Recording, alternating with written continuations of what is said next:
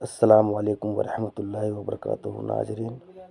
قبر کی پہلی رات، قبر کی پہلی 24 گھنٹے کی احوال رسول اللہ صلی اللہ علیہ وسلم نے ارشاد فرمایا کہ قبروں پر ایک فرشتہ متعین ہے۔ جب میت کو دفن کر دیا جاتا ہے اور لوگ واپس جانے کے لیے مڑتے ہیں تو وہ قبر سے ایک مٹھی بھر مٹی لے کر لوگوں پر پھینک دیتا ہے اور کہتا ہے بسم اللہ الرحمن الرحیم۔ قبر کی پہلی رات میں کیا ہوتا ہے؟ حضرت علی رضی اللہ تعالی عنہ نے فرمایا کہ میں نے رسول اللہ صلی اللہ علیہ وسلم کو یہ فرماتے ہوئے سنا کہ انسان کی مشکل ترین رات قبر کی پہلی رات ہوتی ہے، کیونکہ جب اس کے دوست، احباب، رشتہ دار اور اولاد اس کو دفنانے والے اس کو دفنا کر چلے جاتے ہیں تو وہ انسان روتا رہتا ہے۔ ہر ایک دوست کے پاس آتا ہے، اسے روکنے کی کوشش کرتا ہے کہ مجھے چھوڑ کر نہ جاؤ، لیکن افسوس کہ اس کی آواز کوئی نہیں سن پاتا۔ تو اب وہاں پر قبرستان میں ہر کوئی اکیلا رہ جاتا ہے۔ تب ہمارا سامنا ان فرشتوں سے ہوتا ہے جو ہمارا اعمال ہوتے ہیں۔ اب وہ کس شکل میں ہمارے سامنے ہوں گے، اچھے یا برے، اس بارے میں کوئی کچھ نہیں کہہ سکتا۔ تب وہ ہم سے اس دنیا میں گزری ہوئی زندگی کے متعلق سوال کریں گے، جن سوال کے جواب ہماری زندگی میں موجود ہیں جب تک ہم سانس لے رہے ہیں۔ ایک حدیث ہے جس کا مفہوم کچھ اس طرح سے ہے کہ رسول اللہ صلی اللہ علیہ وسلم نے ارشاد فرمایا کہ تم قبرستان جایا کرو، کیونکہ قبرستان موت کو یاد دلاتے ہیں، اسے حاصل ہوتی ہے۔ میں نے اپنے رب سے اپنی والدہ کی قبر پر جانے کی اجازت مانگی تھی، مجھے اس کی اجازت مل گئی، لہٰذا تم بھی قبرستان جایا کرو۔ اس سے دنیا سے بھی رغبتی پیدا ہوتی ہے اور آخرت یاد آتی ہے۔ حضرت سیدنا سعید بن مسیب رضی اللہ تعالی عنہ فرماتے ہیں کہ ایک مرتبہ ہم حضرت علی مرتضیٰ کریم اللہ وجہ الکریم کے ہمراہ مدینہ منورہ کے قبرستان گئے۔ حضرت علی کریم اللہ وجہ الکریم نے قبر والوں کو سلام کیا اور فرمایا، اے قبر والو، تم اپنی خبر بتاؤ گے یا ہم تمہیں بتائیں؟ سیدنا سعید بن مسیب رضی اللہ تعالی عنہ فرماتے ہیں کہ ہم نے قبر سے وعلیکم السلام ورحمۃ اللہ وبرکاتہ کی آواز سنی۔ کوئی کہنے والا کہہ رہا تھا، اے امیر المومنین، آپ ہی خبر دیجیے کہ ہمارے مرنے کے بعد دنیا میں کیا ہوا؟ حضرت علی کریم اللہ وجہ الکریم نے فرمایا، سن لو، تمہارے مال تقسیم ہو گئے، تمہاری بیویوں نے دوسرے نکاح کر لیے، تمہاری اولاد یتیموں میں شامل ہو گئی، جس مکان کو تم نے بہت مضبوط بنایا تھا اس میں تمہارے دشمن آباد ہو گئے، اب تم اپنا حال سناؤ۔ یہ سن کر ایک قبر سے آواز آنے لگی، اے امیر المومنین، ہماری کفن پھٹ کر تار تار ہو گئے، ہمارے بال جھڑ کر منتشر ہو گئے، ہماری کھالیں ٹکڑے ٹکڑے ہو گئی، ہماری آنکھیں بہہ کر رخساروں پر آ گئی، اور ہم نے جو نیک اعمال کیے تھے ان کو پایا، جو کچھ پیچھے چھوڑا اس میں ہمارا نقصان ہوا۔ جب مردے کو قبر میں رکھا جاتا ہے تو اس کی نماز اس کے دائیں جانب آ کر کھڑے ہو جاتی ہے، روزہ بائیں طرف کھڑا ہو جاتا ہے، قرآن مجید کی تلاوت اور اللہ کی ذکر سر کی طرف آ کر کھڑے ہو جاتے ہیں، اور جماعت کے ساتھ نماز پڑھنے کو جو قدم چلے ہیں وہ پاؤں کی طرف کھڑے ہو جاتے ہیں۔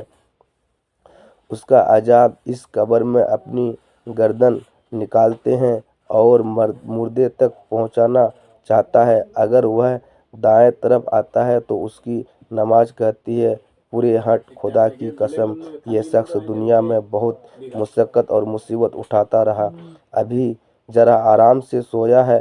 پھر عذاب بائیں طرف سے آنا چاہتا ہے تو روزہ اسے اس طرح اس کو ہٹاتا ہے۔ پھر وہ سر کی طرف سے آتا ہے تو تلاوت قرآن مجید ذکر الہی اس کو روک دیتے ہیں۔ تیرا راستہ نہیں، غرض یہ کہ وہ جس طرف سے بھی آنا چاہتا ہے اس کو راستہ نہیں ملتا۔ یہ اس واسطے کہ اللہ تعالیٰ کی اس دوست نے عبادتیں اپنی زندگی میں دنیا کی اندر رہ کر کی تھی، لہٰذا وہ عاجز اور کمزور ہو کر واپس چلا جاتا ہے، اور اس کے بعد صبر جو ایک کونے میں کھڑا ہوتا ہے وہ ان عبادتوں سے کہتا ہے کہ میں نے تو اس انتظار میں تھا کہ اگر کسی طرف کی عبادت میں کچھ کمزوری ہو تو میں اس کی طرف ہمدردی کروں گا، مگر الحمدللہ تم نے ہی مل کر اس کو دفع کر دیا، لہٰذا اب میں اعمال تولنے کے ترازو میں اس کے کام آؤں گا۔ قبر میں دو فرشتے جن کو منکر نکیر کہا جاتا ہے آتے ہیں، جن کی آنکھیں بجلی کی طرح چمکتی ہیں اور آواز بادل کی گرج کی طرح ہوتی ہے، ان کے دانت گائے کے سینگوں کی طرح باہر کو نکلے ہوتے ہیں، ان کے منہ سے آگ کی لپٹیں نکلتی ہیں، بال اتنے بڑے کہ پاؤں تک لٹکے ہوتے ہیں، ان کے ایک کندھے سے دوسرے کندھے کا اتنا فاصلہ کہ کئی دن چل کر ختم ہو۔ مہربانی اور نرمی ان کے پاس سے بھی نہیں گزرتی، لیکن سختی کا معاملہ مومن کے ساتھ نہیں کرتے، بلکہ پھر بھی ایسی ڈراؤنی شکل اور صورت کی ہیبت ہی کیا کم ہے۔ ان دونوں کے ہاتھ ایک بہت بڑا لوہے کا ہتھوڑا ہوتا ہے کہ جس کو اگر تمام دنیا کے جن اور انسان مل کر اٹھانا تو درکنار اس کو ہلا بھی نہیں سکتے۔ وہ آ کر مردے سے کہتے ہیں بیٹھ جاؤ، مردے ایک دم اٹھ کر بیٹھ جاتا ہے اور کفن اس کے سر سے نیچے سرک جاتا ہے۔ سوال کرتے ہیں تیرا رب کون ہے، تیرا دین کیا ہے، تیرا نبی کون ہے؟ اگر مردہ نیک ہوتا ہے تو کہتا ہے میرا رب اللہ ہے جو وحدہ لا شریک ہے، میرا دین اسلام ہے، میرا نبی حضرت محمد صلی اللہ علیہ وسلم ہے۔ یہ سن کر وہ دونوں کہتے ہیں تو نے سچ کہا۔ تو اس کی قبر کی دیواروں کو سب طرف سے ہٹا دیا جاتا ہے، جس سے وہ چاروں طرف سے بہت وسیع ہو جاتی ہے۔ اس کے بعد فرشتے کہتے ہیں سر اٹھاؤ مردو۔ جب اوپر کو سر اٹھاتا ہے تو اس کو ایک دروازہ نظر آتا ہے جس میں جنت نظر آتی ہے، اور وہ کہتے ہیں اللہ کے دوست وہ جگہ تیرے رہنے کی ہے اس وجہ سے کہ تم نے اللہ تعالیٰ کی اطاعت اور فرما برداری کی ہے۔ حدیث پاک میں آتے ہیں جس کا مفہوم کچھ اس طرح سے ہے کہ رسول اللہ صلی اللہ علیہ وسلم نے ارشاد فرمایا کہ قسم ہے اس ذات پاک کی جس کے قبضے میں میری جان ہے کہ مردے کو اس وقت ایسی خوشی ہوتی ہے جو کبھی ختم نہیں ہوگی۔ اس کے بعد وہ فرشتے کہتے ہیں کہ اپنے پاؤں کی طرف دیکھ۔ جب وہ دیکھتا ہے تو اسے دوزخ کا دروازہ نظر آتا ہے جس سے دوزخ کا حال نظر آتا ہے۔ وہ فرشتے کہتے ہیں کہ اے ولی اللہ، تو نے اس دروازے سے نجات پا لی۔ اس وقت بھی بندے کو اس قدر خوشی ہوتی ہے جو کبھی ختم نہیں ہوگی۔ اس کے بعد اس کی قبر میں 70 دروازے جنت کے کھل جاتے ہیں جن سے وہاں کی ٹھنڈی ہوا اور خوشبوئیں آتی رہتی ہیں، اور قیامت تک وہ انہیں بہاروں میں رہے گا۔ کیسی خوشی نصیب ہوگی وہ روح جس کے ساتھ اللہ تعالیٰ اپنی مہربانی اور رحم و کرم کا سلوک فرمائے گا۔ جب نافرمانی کرنے والا قبر میں رکھا جاتا ہے تو قبر اس میں اتنی تنگ ہو جاتی ہے کہ اس کی پسلیاں دوسری طرف کی پسلی میں گھس جاتی ہیں۔ اس پر کالے سانپ مسلط کر دیے جاتے ہیں، اس کی ناک اور پاؤں سے کاٹنا شروع کرتے ہیں، یہاں تک کہ درمیان میں دونوں طرف کے سانپ آ کر مل جاتے ہیں۔ پھر اس کے پاس دو فرشتے جن کا نام منکر نکیر ہیں قبر میں آتے ہیں۔ وہ آ کر پوچھتے ہیں تیرا رب کون ہے، تیرا دین کیا ہے، تیرا نبی کون ہے؟ وہ ان کے ہر سوال میں جواب دیتا ہے کہ میں کچھ نہیں جانتا۔ اس کو گرج اس قدر زور سے مارتی ہیں کہ اس کے گرج کی چنگاریاں قبر میں پھیل جاتی ہیں۔ اس کے بعد اس کو کہتے ہیں کہ اوپر دیکھو۔ وہ اوپر کی طرف دیکھتا ہے تو جنت کی باغ و بہار وہاں نظر آتی ہے۔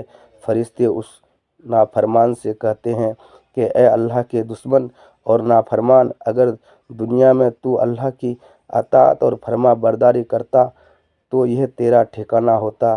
ایک حدیث ہے جس کا مفہوم اس طرح سے ہے کہ رسول اللہ صلی اللہ علیہ وسلم نے ارشاد فرمایا کہ قسم ہے اس ذات پاک کی جس کے قبضے میں میری جان ہے، اس کو اس وقت ایسی حسرت ہوتی ہے کہ اس جیسی حسرت پھر کبھی نہیں ہوگی۔ پھر دوزخ کا دروازہ کھولا جاتا ہے اور وہ فرشتے کہتے ہیں اے اللہ کے دشمن، یہ تیرا ٹھکانہ ہے، اس لیے کہ تو نے اللہ تعالیٰ کی نافرمانی کی۔ 70 دروازے جہنم کے اس کی قبر میں کھول دیے جاتے ہیں جن سے قیامت تک گرم ہوائیں اور دھواں وغیرہ اس کو آتا رہتا ہے۔ ایک حدیث ہے جس کا مفہوم کچھ اس طرح سے ہے کہ رسول اللہ صلی اللہ علیہ وسلم نے ارشاد فرمایا کہ اللہ تعالیٰ کی طرف سے قبروں پر ایک فرشتہ متعین ہے۔ جب میت کو دفن کیا جاتا ہے تو وہ اس کی قبر کی مٹی ہموار کرتا ہے اور لوگ واپس جانے کے لیے مڑتے ہیں تو قبر سے ایک مٹھی بھر مٹی لے کر لوگوں پر پھینک دیتا ہے اور کہتا ہے اپنی دنیا کی طرف واپس چلے جاؤ اور اپنے مرنے والے کو بھول جاؤ۔ اللہ تعالی ہمیں نیک اعمال کرنے کی توفیق عطا فرمائے اور ہمارا خاتمہ ایمان پر فرمائے، آمین۔ ناظرین، کومنٹ باکس میں اللہ تعالیٰ کے 99 ناموں میں سے ایک نام ضرور ٹائپ کریں۔ السلام علیکم ورحمۃ اللہ وبرکاتہ۔